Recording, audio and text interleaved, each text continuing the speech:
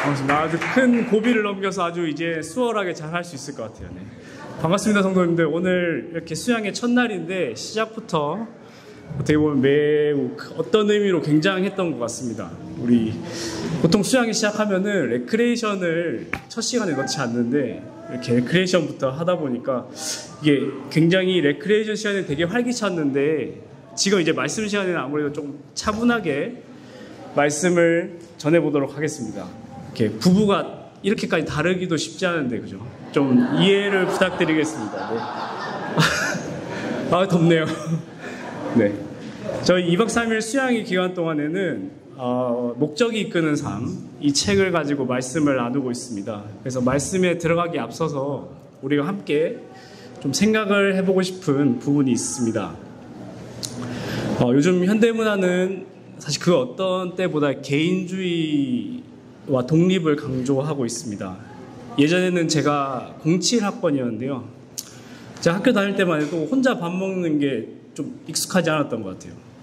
이렇게 학교에서 밥을 먹을 때 혼자 먹는 걸 보면 조금 사람들이 이상하게 생각하지 않을까? 약간 이런 생각을 많이 했었는데 지금은 어떻습니까?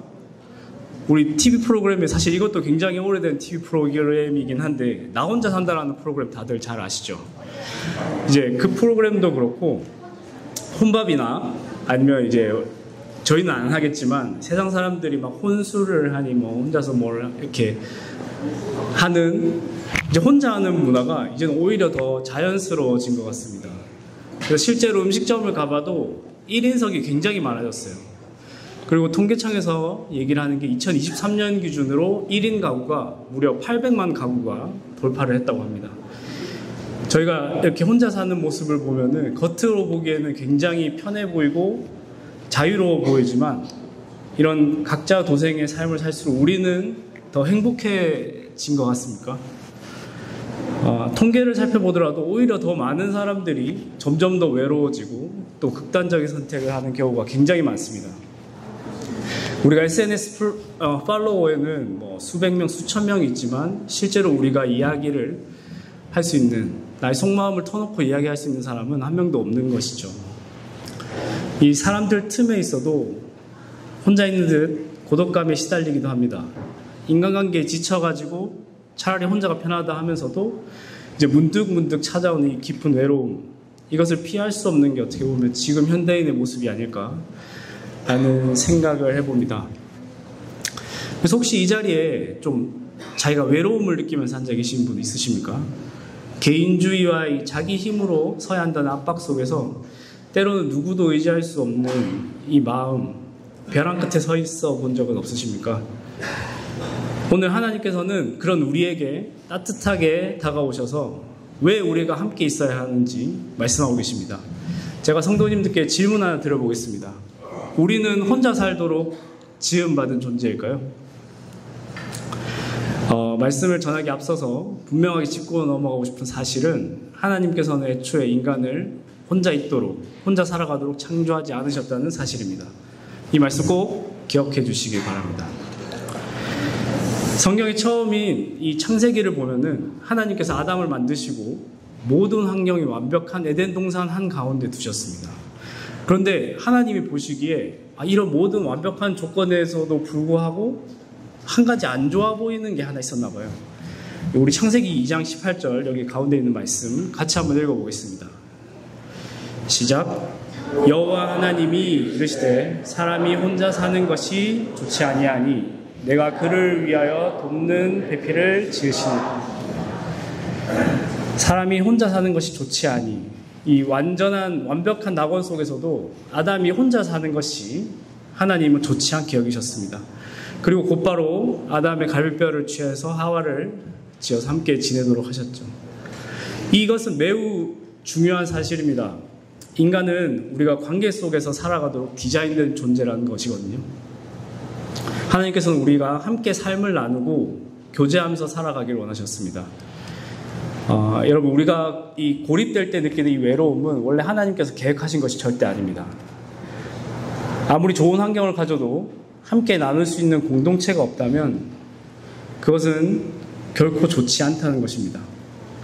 우리는 서로에게 속하면서 살아가길 하나님께서 만드셨습니다. 혼자서는 결코 하나님의 뜻을 이룰 수 없고 우리의 삶과 믿음은 철저히 우리 각각의 관계 속에서 이루어지는 것입니다. 그래서 저는 오늘 이 주제에 대해서 말씀을 드리려고 합니다. 신앙의 여정에서 믿는 것만으로는 부족합니다. 반드시 우리 교회 공동체 속에 속해야 한다. 이 사실을 꼭 기억하시길 바랍니다. 이 자리에 계신 모든 분들이 이미 믿음을 가지신 분도 있고 아니면 아직 하나님을 잘 모르시는 분들도 계시겠지만 우리가 하나님을 믿는 것에 더해서 우리가 있어야 할 자리가 분명히 존재한다는 것입니다. 그래서 그 자리는 바로 하나님의 교회 공동체입니다. 제가 사진을 막 갖다 써서 죄송합니다. 시간이 없어가지고. 성경은 이 진리를 곳곳에서 가르치고 있습니다. 특별히 말씀 세 구절을 제가 지금 같이 찾아볼 텐데요. 이 첫 번째 말씀은 에베소서 2장 19절입니다. 여기 아래쪽에 보시면 같이 한번 읽어보겠습니다. 시작.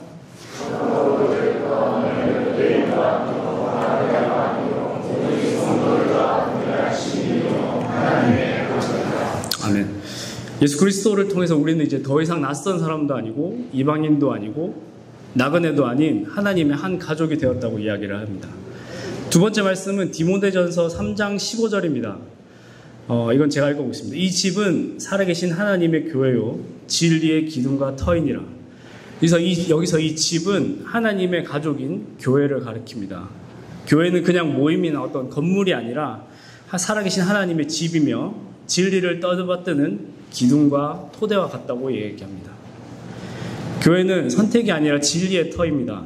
하나님께서 계획하신 공동체입니다. 세 번째 말씀은 로마서 12장 5절입니다. 이건 같이 읽어보겠습니다. 시작. 이와 같이 우리 많은 사람이 그리스도 안에서 한 몸이 되어 서로 지체되었느니라. 우리는 그리스도 안에서 한 몸을 이루고 또 각 사람이 서로에게 없어서는 안 될 이 지체, 몸의 각 부분이 되었다고 이야기를 합니다. 우리는 이 각자 떨어져 있는 개별적인 존재가 아니라 그리스도 안에서 하나입니다. 제가 이 말씀을 종합해서 볼 때 하나님께서 우리에게 주시는 분명한 부르심은 아주 간단하게 제가 한 줄로 요약을 해드리자면 이 믿는 것만으로는 충분하지 않다는 것입니다. 그리고 우리는 하나님의 가족, 교회 공동체에 속해야 합니다. 믿음 생활은 결코 저 혼자 할 수 없습니다. 물론 신앙은 개인의 결단이 우선되겠지만 각 사람이 하나님과 1대1로 만나는 것을 1대1로 만나고 그게 믿음을 가져야 합니다. 그러나 그렇다고 해서 신앙이 사적인 영역에 머물러도 된다는 것은 아닙니다. 우리 믿음은 개인적이지만 절대 사적인 것이 아닙니다. 하나님은 나와의 관계 속에서만 머무는 은둔형 신앙인을 원하지 않으십니다. 우리는 하나님 아버지와 1대1 관계인 동시에 또 하나님의 크신 가족으로 입양돼서 우리는 모두 뭐라고 부르고 있죠? 형제 자매로 부르고 있죠. 그러므로 나는 하나님을 믿지만 교회는 가기 싫어. 그냥 성경 읽고 집에서 기도하는 게 신앙생활 아닌가? 꼭 교회 가야 되나? 라고 말하는 것은 신앙의 본질을 호도한다고 이야기하고 있습니다. 교회는 사람이 만든 선택사항이 아니라 예수님의 피로 세우신 공동체입니다. 예수님이 자신의 목숨을 주고 사신 이 귀한 공동체를 무시하면서 나는 예수님 믿고 있어 라고 할 수는 없을 것입니다. 하지만 우리가 가끔은 참 교회를 등한시하거나 모이는 것을 폐할 때 우리가 정말 의도치 않게 그런 태도를 취할 때가 있습니다. 하나님께서 우리가 예수님만큼이나 교회를 사랑하길 원하십니다. 하나님의 말씀은 영적으로도 가족이 된 이들을 사랑하라고 명령하십니다. 즉 예수님을 믿는 우리는 반드시 하나님의 가족, 교회 공동체를 사랑하고 속하면서 살아야 한다는 것입니다. 자, 그렇다면 왜 이렇게 교회 공동체에 속하는 것이 중요한가? 이제는 우리가 그 오늘 핵심 질문으로 좀 들어가 보도록 하겠습니다. 우리가 믿기만 해서는 안 되고 꼭 교회 공동체에 속해야 하는가? 하나님께서 함께 신앙생활을 하라고 하신 그 영적 원리들의 유익과 그 이유가 무엇인지에 대해서 또 한 번씩 살펴보도록 하겠습니다. 우리가 교회 공동체에 속해야 하는 첫 번째 이유는 교회 가족은 우리가 진정한 크리스천임을 증명해주는 자리이기 때문입니다. 우리가 각자의 믿음은 공동체 안에서 시험되고 증명됩니다. 예수님께서 제자들에게 분명히 말씀하셨습니다. 너희가 서로 사랑하면 이로써 모든 사람이 너희가 내 제자인 줄 알리라. 우리가 무엇으로 사람들이 우리가 예수의 제자인 줄을 안다고 얘기했죠? 무엇으로? 서로 사랑하는 것이죠. 내가 다른 이들과 사랑으로 연결되었을 때 비로소 내가 예수님을 믿는 사람이라는 증거가 세상에 드러나는 것입니다. 혼자서는 내 믿음이 참인지 거짓인지 알 수가 없습니다. 어떤 사람이 나는 하나님을 사랑해라고 하면서 옆에 있는 성도님들은 사랑하지 않아 라고 하면은 정말 하나님을 사랑한 게 맞나? 약간 의심이 들긴 할 것 같아요. 그리고 과거에 어떤 분들은 교회 다니다가 실망한 일이 있거나 또 교회의 필요성을 느끼지 못해서 교회에 나오지 않기도 합니다. 하지만 혼자서는 결코 온전한 그리스도인이 없다고 이야기하고 있습니다. 그리고 무엇보다 교회를 향한 우리의 태도는 곧 주님을 향한 태도입니다. 교회를 등한시하면서 하나님만 잘 믿겠다, 하나님만 사랑하겠다라는 생각은 결코 착각이라고 이야기할 수 있습니다. 제가 아까 말씀드렸다시피 교회는 주님의 몸입니다. 우리가 교회를 소중히 여길 때 주님을 소중히 여기는 것이고 교회를 하찮게 여긴다면 주님을 하찮게 대하는 것이 되고 맙니다. 교회에 헌신하는 삶은 곧 예수에 대한 사랑의 표현입니다. 우리가 서로 사랑할 때 모든 사람이 우리가 그분의 제자된 것을 알 뿐만 아니라 주님께서도 우리의 사랑을 기쁘게 받으실 것입니다. 왜 우리는 교회 공동체에 속해야 하는가? 두 번째 이유는 공동체는 우리를 고립에서 구출해 주기 때문입니다. 혼자 있으면 자유롭고 편할지는 몰라도 인간은 죄성 때문에 금세 자기만 알고 이기적으로 변하기 쉽습니다. 사실 제가 이 말씀을 준비를 하면서 굉장히 많은 찔림이 있었는데 사실 제가 주말 부부를 굉장히 오랜 시간 하면서 이제 주중에는 혼자서 자유롭게 있다가 이렇게 주말에만 오는 기간이 굉장히 길어지고 있습니다. 그러다 보니까 주중에는 정말 이런 말씀 드리긴 좀 뭐하지만 별의별 생각이 다 들기도 하고 저는 나름대로의 신앙생활을 한다고 말씀을 읽곤 하지만 좀 혼자만의 생각이 좀 빠지는 시간이 많은 것 같아요. 그래서 이 책에서 얘기를 하는 것은 공동체 생활을 하게 되면은 이런 내 자기중심적인 생각에서 벗어나서 남을 배려하고 또 사랑하는 법을 배우게 됩니다. 교회는 어떻게 보면 하나님의 가족과 어울릴 수 있는 방법을 배우는 학교라고 생각하시면 좋을 것 같아요. 다양한 사람들과 부딪히고 지내면서 이타적인 사랑을 연습하는 영적인 학교와도 같습니다. 물론 교회는 정말 나와는 아예 다른 전혀 반대편인 사람들도 많고 다른 배경의 사람들도 다양한 사람들이 많습니다. 때로는 실망을 주고 불완전한 사람도 많죠. 그러나 그 불완전한 사람들과 정기적으로 우리가 만나고 정기적으로 교제를 할 때 우리는 그때 진정한 사랑을, 진정한 공동체를 배울 수 있다고 소개하고 있습니다. 우리가 서로 연약함을 보일 때 인내하고 용서하는 법을 배우고 내가 힘들 때 누군가 기대어 갈 수 있다는 것을 깨닫고 감사하게 됩니다. 성경은 공동체 안에서 지체들이 서로 울고 웃고 하는 모습들을 그려주고 있습니다. 고린도전서 12장 26절을 함께 읽어보도록 하겠습니다. 시작. 만일 한 지체가 고통을 받으면 모든 지체가 고통을 받고 한 지체가 영광을 받으면 모든 지체도 함께 즐거워하느니라. 내 기쁨을 진심으로 함께 기뻐해 줄 사람들, 또 내 아픔을 함께 슬퍼해 줄 수 있는 사람들, 정말 귀한 분들이지 않습니까? 사실 밖에서는 사돈이 땅을 사도 배가 아파한다고 하는데 우리 교회는 분명 달라야 할 것입니다.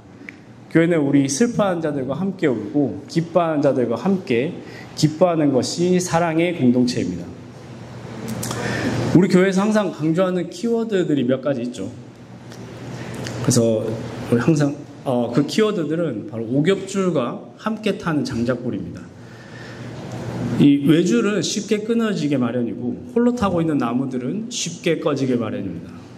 그렇지만 이 쉽게 끊어질 것 같던 줄들도 함께 모이면 어떤 장사가 와도 끊을 수 없고 또 홀로 타고 있는 나무 막대가 함께 다시 모이면 그 꺼질 것 같던 장작도 다시 불이 붙는 것처럼 우리가 다시 공동체로 돌아온다면 식었던 심령도 다시 타오를 줄로 믿습니다. 그렇습니다. 그 고립된 신앙은 굉장히 위험한 것입니다. 처음에는 혼자서도 잘 해보겠다고 하지만 시간이 지날수록 자기 합리화에 빠지고 신앙의 열정은 쉽게 마련입니다. 실제로 우리의 영적 삶이 침체하기 시작하면 가장 먼저 나타나는 증상이 교회를 멀리하게 되는 것이라고 합니다. 그러나 우리가 교회 공동체에 속해 있으면 내가 잠시 벗어나더라도 누군가 나를 붙들어 줄 수 있고 또 내가 잘못된 길을 가고 있을 때 권면해 주고 낙심할 때 격려해 줄 사람들이 곁에 있습니다. 우리는 모두 연약해서 때로는 흔들리고 쓰러질 수 있는 존재들입니다. 그럴 때 옆에서 형제 자매가 있어 함께 가자, 다시 일어나보자 손 내밀어 준다면 얼마나 큰 힘이 되겠습니까? 히브리서 10장 24, 25절에서는 서로 돌아보아 사랑과 선행을 격려하며 모이기를 피하는 어떤 사람들의 습관과 같이 하지 말고 서로 권면하라 라고 이야기하십니다. 서로 격려하고 권면하며 붙들어줄 동역자가 있다는 것은 정말 말 그대로 축복입니다.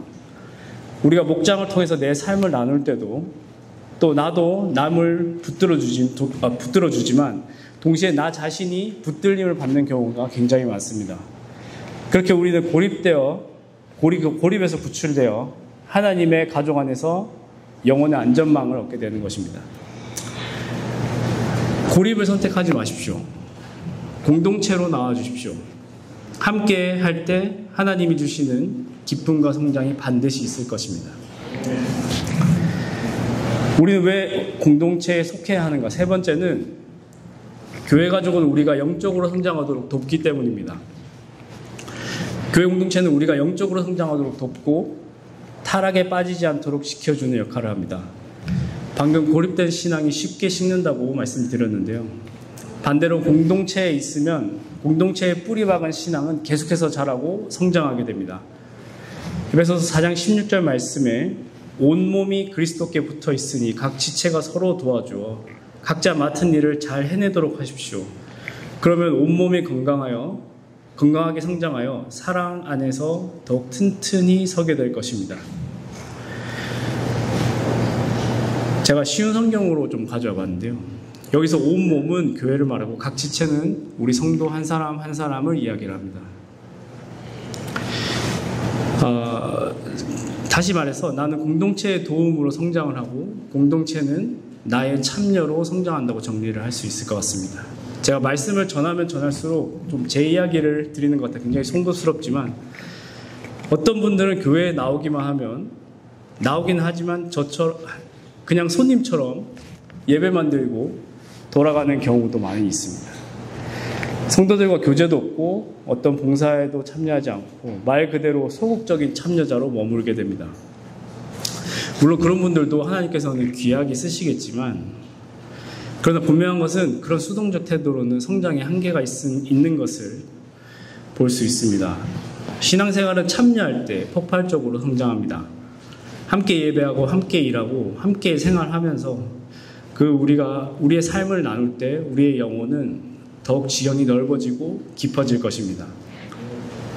초대교회 성도들의 삶을 그린 이 사도행전 2장 42절부터 47절까지는 그들은 늘 함께 모이고 또 함께 음식을 나누고 함께 기도했습니다.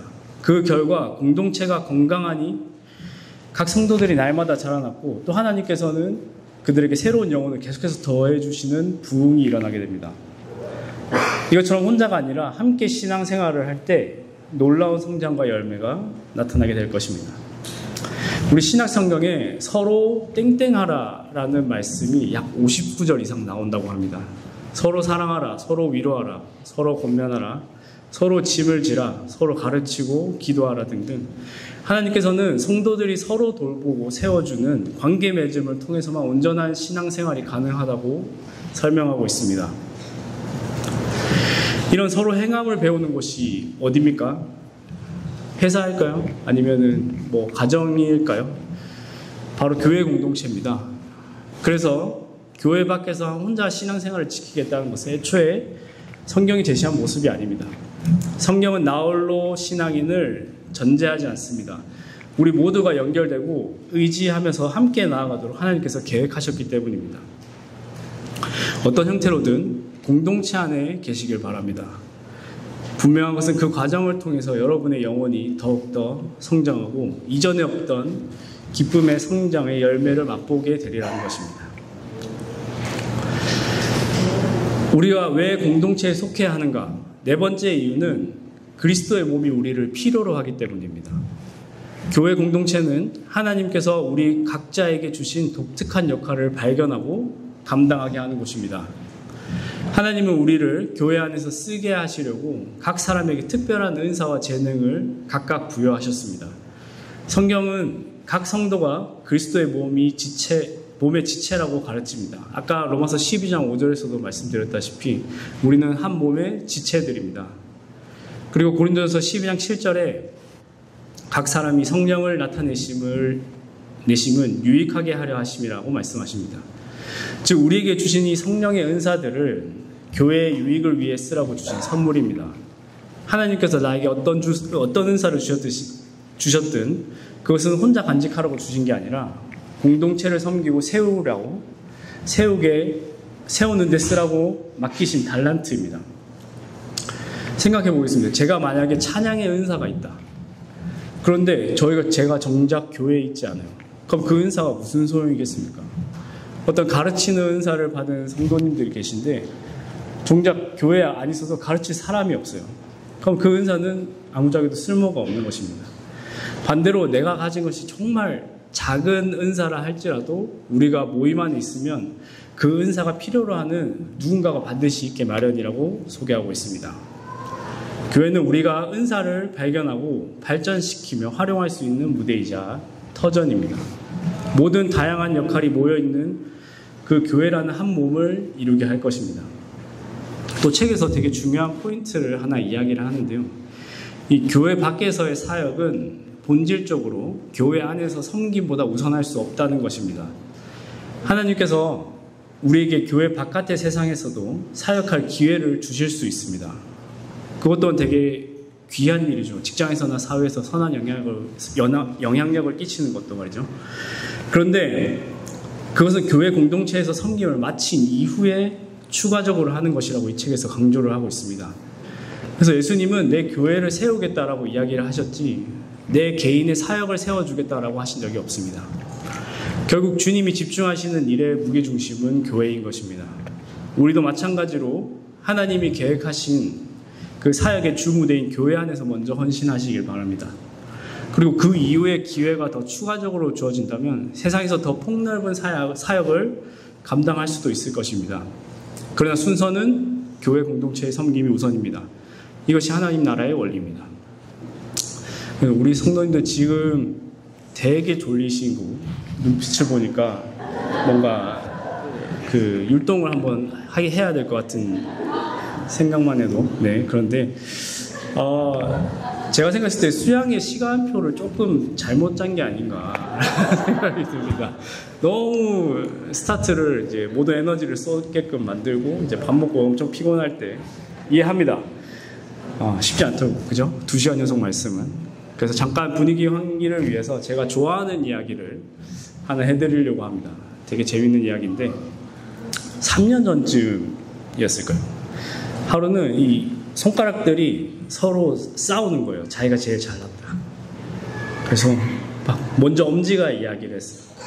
야, 당연히 내가 최고지. 야, 사람들이 최고라 할 때 엄지손가락 다 들잖아. 그러니까 내가 최고야. 나 힘도 세고. 그때 검지가 이야기를 합니다. 아니야, 내가 최고야. 내가 방향을 가리키고 사람들은 내가 가리킨 방향으로 쳐다보고 이동한다고. 그때 중지가 이야기를 합니다. 아니야, 내가 최고야. 지금 내가 보여줄 수는 없지만 누구든 기분 나쁘게 난 너희들을 욕할 수 있어. 그러니까 내가 최고야. 보여줄 수는 없어. 그때 약지가 이야기를 했어요. 야, 너희들 결혼 반지 어디다 껴? 결혼 반지 비싸 안 비싸? 그 비싼 걸 나한테 끼운다는 건 내가 가장 중요하다는 뜻이야. 이렇게 막 손가락들이 싸우고 있는데 이 새끼손가락은 얘기를 할 게 없는 거예요. 키도 작지, 힘도 약하지, 뭐 코 팔 때나 쓰지 사실 아무 때도 쓸 데가 없는 거예요. 그래서 너무 당황한 나머지 새끼손가락이 당황하면서 이야기를 이렇게 했어요. 이씨, 너희들 나 없으면 다 병신이야. 죄송합니다. 이게 죄송합니다. 제가 비속어를 다른 걸 쓰려고 했는데 죄송합니다. 그런데 성도님들, 이 이야기가 정말 좀 와닿지 않습니까? 저는 이 이야기를 진짜 좋아하는데요. 제가 이 이야기를 들려드린 이유는 우리 교회도 똑같이 적용되기 때문입니다. 우리가 겉으로 보기에는 손이나 눈, 이렇게 보이는 것이 중요해 보여도 몸 안에 있는 어떤 심장이나 폐 같은 그런 기관들 없이는 생명이 유지되지가 않습니다. 마찬가지로 교회 안에서도 앞서서 나가는 역할, 뒤에서 섬기는 역할, 각양각색의 은사들이 있을 것입니다. 눈에 띄건 안 띄건 모두 소중한 지체라는 것입니다. 우리 고린도전서 12장에서는 눈더러 나는 네가 필요 없다 할 수 없고 머리가 발더러 나는 너를 쓸데없다 하지 못하리라 라고 이야기를 하십니다. 오히려 가장 연약해 보이는 보이는 지체가 없으면 온몸이 고통을 겪을 것입니다. 교회도 똑같습니다. 그러니 나는 필요 없는 사람이라고 여기거나 저 사람은 없어도 돼 라는 생각을 하는 일은 우리 교회는 없을 것입니다. 그렇죠? 성도님들께서 주신 은사는 교회를 위해 준비된 것입니다. 하나님은 공동체를 통해 당신의 은사가 빛나길 간절히 기다리고 계십니다. 왜 우리는 공동체에 속하여야 하는가? 마지막 이유입니다. 교회는 세상을 위한 하나님의 도구이기 때문입니다. 교회 공동체는 하나님께서 세상을 변화시키기 위해 사용하시는 도구입니다. 교회에 속한다는 것은 곧 하나님의 거대한 역사에 동참한다는 것입니다. 예수님께서 이 땅에 계셨을 때 하나님의 사랑과 능력은 예수님의 육신을 통해서 직접 이 세상에 전해졌습니다. 주님이 친히 손을 대서 고치시고 발로 걸어다니면서 복음을 전하셨죠. 그런데 지금 이 시대에는 예수님의 손과 발은 누굽니까? 바로 교회 공동체의 우리들입니다. 하나님은 오늘도 교회를 통해서 일하고 계신다고 믿습니다. 우리 지상에 있는 이 교회가 살아계신 예수님의 손과 발이 되어서 이 세상 구석구석에 사랑을 전하도록 계획하셨습니다. 너희는 그리스도의 몸이요 각 지체의 부분이라. 교회는 단순히 모여서 예배드리는 장소가 아닙니다. 교회는 세상 속에 움직이는 그리스도의 몸이고 역사하시는 예수님의 손과 발입니다. 세상에서 빛과 소금의 역할은 누가 감당할 수 있겠습니까? 하나님께서는 교회를 통하지 않고서는 세상에 복음을 전하지 않으실 것입니다. 예수 그리스도의 이름으로 온전히 희생하고 섬기는 일은 결국 하나님의 자녀가 된 교회가 해내는 사명입니다. 그래서 교회는 하나님이 이 땅에서 사용하시는 도구이자 통로인 것입니다. 우리 믿는 사람들이 연합하여 사랑을 실천할 때 그 영향력은 사회와 세상 끝날까지 퍼져나가서 하나님의 사랑을 증거하게 될 것입니다. 우리가 교회 가족으로 협력하면서 선을 행할 때 사람들은 빛이 나고 그 빛을 보고 하나님께 영광 돌리게 될 줄 믿습니다. 교회는 하나님이 세상을 구원하시기 위해 사용하시는 계획인 것입니다. 아직도 교회를 선택사항 정도로 생각하시는 성도님들 계신다면 마음을 새롭게 하시길 바랍니다. 교회는 선택이 아닌 필수입니다. 교회는 곧 예수님의 몸이고 가족이며 가족을 떠나서 혼자 잘 살겠다는 생각은 미련한 생각입니다. 어떤 성도도 혼자서는 하나님의 뜻을 온전히 다 이룰 수 없습니다. 우리는 함께 해야 합니다. 형식적으로 이름만 올려놓은 멤버십이 아니라 살아 움직이는 지체로서 참여하시면 좋겠습니다. 혹 교회에서 상처받으신 분이 계시다면 그 상처 또한 공동체 안에서 치유하시길 바랍니다. 교회는 완전한 사람들이 모인 곳이 아닙니다. 그렇기 때문에 실망할 수도 있고 더 실망하고 정말 교회를 다니고 싶지 않을 수도 있을 것입니다. 그럼에도 불구하고 하나님께서는 우리 교회를 통해서 완성시키기 때문에 교회 안에서 함께 하시길 바랍니다. 성도님들, 저는 잘 알고 있습니다. 이 시간이 지나면 성도님들 기억에는 이 새끼손가락밖에 남지 않겠지만 물론 그것만으로도 충분히 감사를 드립니다. 그래도 말씀을 듣는 동안 하나님께서 주신 도전이 있으리라 믿습니다. 이제 말씀을 정리하면서 마치겠습니다. 나는 교회 공동체 한 지체로서 무엇을 결단해야 할까요? 첫 번째, 교회 참석을 최우선순위로 삼으시길 바랍니다. 하나님의 가족 모임에 가능한 빠지지 않고 참석하세요. 주일 예배뿐만 아니라 수요 예배, 기도회, 목장, 특별 집회 등 항상 교회로 나오시기 바랍니다. 모이기를 패하는 어떤 사람들의 습관같이 하지 말라는 이 말씀을 기억하면서 모이기에 힘쓰는 성도님들이 되시길 바랍니다. 두 번째는 목장과 사역팀에 참여하십시오. 아직 목장 모임이나 어떤 사역팀에 속하지 않았다면 하루빨리 연결되시기 바랍니다. 작은 공동체 속에서 더 깊은 교제를 나누고 영적 가족을 만들어 가시기 바랍니다. 또한 교회 내 봉사팀에 한 가지 이상 참여하시는 걸 추천드리고 싶습니다. 주방 봉사가 될 수도 있고 또 주차 봉사, 아니 찬양팀 청소, 정말 여러분의 손길이 필요한 곳이 정말 많습니다. 섬김의 자리에 설 때 신앙의 보람과 즐거움이 넘치실 것입니다. 세 번째, 교회 가족을 사랑하는 행동을 작은 것이라도 실천해 보시기 바랍니다. 주위 성도들을 관심 있게 돌아보고 따뜻하게 대해 주십시오. 처음 온 우리 새 가족분들 다가가서 환영 인사를 먼저 건네거나 또는 힘든 처지에 있는 성도들을 물질적으로 돕거나 작은 선물과 편지로 사랑을 표현할 수도 있습니다. 이렇게 사랑을 구체적으로 나타낼 때 공동체가 살아나고 세상은 그 사랑을 보고 하나님을 향하게 될 것입니다. 네 번째, 교회를 위해 기도해 주십시오. 자신의 가족을 위해 기도하듯이 영적인 가족인 교회를 위해 기도를 부탁드리겠습니다. 우리 리더들과 형제 자매님들 또 연약한 지체들의 이름을 불러가면서 기도해 주십시오. 기도는 곧 사랑의 표현입니다. 아까 전 시간에 즉시 사랑을 표현하라고 하셨죠. 기도하는 성도 한 사람 한 사람이 이 교회 내에서 이 교회를 든든히 세우는 한 기둥이 될 것입니다. 어떤 적용이든 좋습니다. 중요한 것은 교회를 나의 가족으로 여기고 헌신하는 삶을 시작하는 것입니다. 교회 명단에만 올리는 멤버십이 아니라 서로 붙어서 서로 피를 나누는 지체로서 멤버십을 실천하기 바랍니다. 저 자신도 이 말씀을 준비하면서 정말 그렇게 해야 되겠다 많은 다짐을 했는데 정말 결코 후회하지 않을 것 같습니다. 왜냐하면 하나님께서 그런 삶에 정말 우리가 상상할 수 없는 기쁨과 은혜를 부어주실 것이기 때문입니다. 우리 사랑하는 성도님들, 우리가 혼자 있을 때 가장 약하고 함께 있을 때 가장 강하다는 이 말씀 기억하시기 바랍니다. 이제 개인주의 신앙은 버리고 공동체 신앙으로 체질을 한번 바꿔보시는 건 어떨까요? 교회에 헌신하는 것을 최우선 순위로 삼아보시는 것도 좋을 것 같습니다. 세상 일로 바쁘더라도 교회를 중심에 두고 살아갈 때 하나님께서 그 외의 것들도 넘치도록 채워주실 것으로 믿습니다. 무엇보다 예수님께서 피로 사신 이 교회를 사랑할 때 우리 주님께서 가장 기뻐하실 것입니다. 네, 이상 말씀 마치겠습니다.